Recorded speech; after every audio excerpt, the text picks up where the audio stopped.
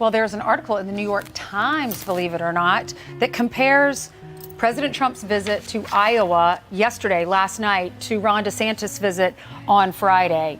And Ron DeSantis, a rising star, he hasn't put his name in the hat yet running for president, but Donald J. Trump has. So he goes to downtown Davenport in Iowa. And DeSantis got 1,000 people for his speech on Friday. Granted, it was an icy morning. It was a book signing, wasn't it? That's right, book signing. And then Trump, he arrived yesterday. He spoke last night, and people were lining up at 7 a.m. for this event. They lined up for 11 hours.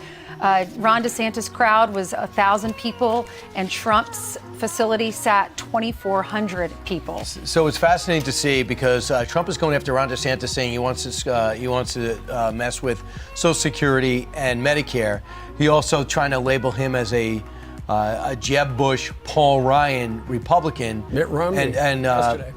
And also, he has mentioned to me, I asked Ron DeSantis too, are you worried about being labeled before you get in? And he said no. He goes, I'm looking to stand on my track record.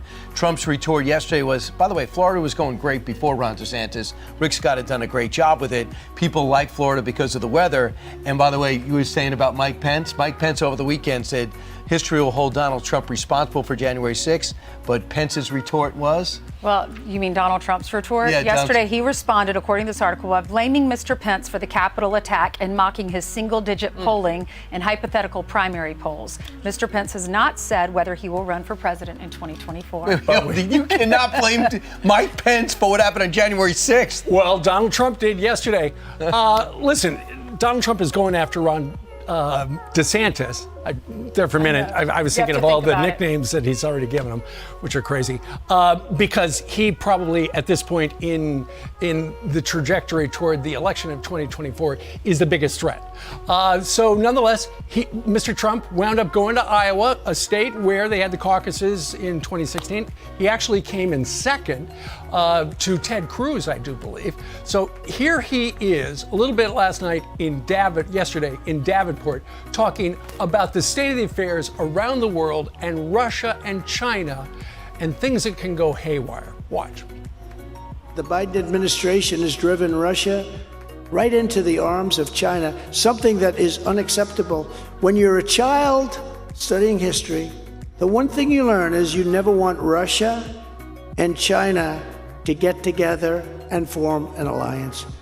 Biden has done that. We're in a position now that we have problems that I don't think we've ever had a more dangerous time for this country and for the world. I don't think there's ever been, again, it has to do with weaponry, but I don't believe there has ever been a time like we're in right now.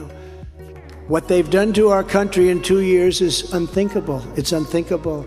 Standing before you today, I am the only candidate who can make this promise. I will prevent World War III. Well, he also is on a bit of a roll since he went and visited East Palestine, stopped having lunch with white supremacists, and has got a very disciplined message.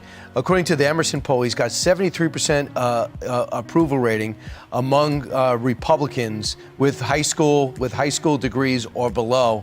And he's winning in almost every state outside California. And I'll add this to it. It would be interesting if he does not win Iowa, and you go to and Governor Sununu gets into New Hampshire, and Governor Sununu is so popular, winning 3 terms as governor there. He could be out and on a bit of a roll. This is the most disciplined I've ever seen him, even compared to 2016. If you see his team, you get text messages every day about policy, not such and such is a jerk or this person has nickname. There are policy things coming out, so it seems very organized.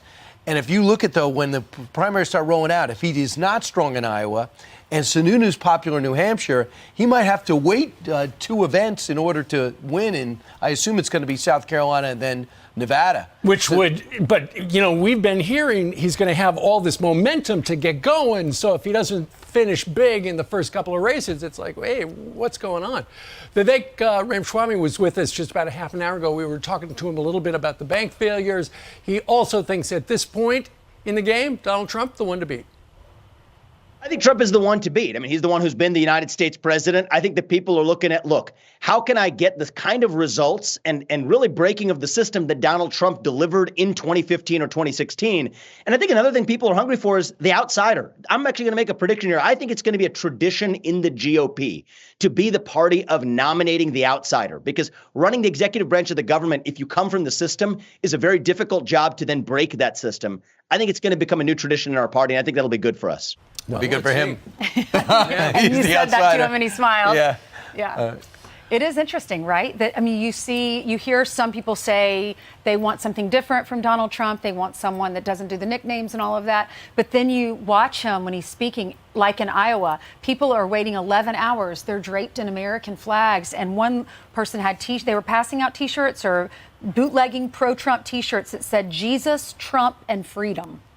Really? Yeah. Okay. So they're making money. So we'll see. Yeah. It's gearing up. Yeah, Stay tuned. I would say so far this is the best, most organized start that Donald Trump has had over the last 3 times. But regarding the entire race, it is still super early because the majority of the people we anticipate will get in still are not. And you don't think true, DeSantis but until July- May, right? That's what they say after his legislative session. But July is the first debate.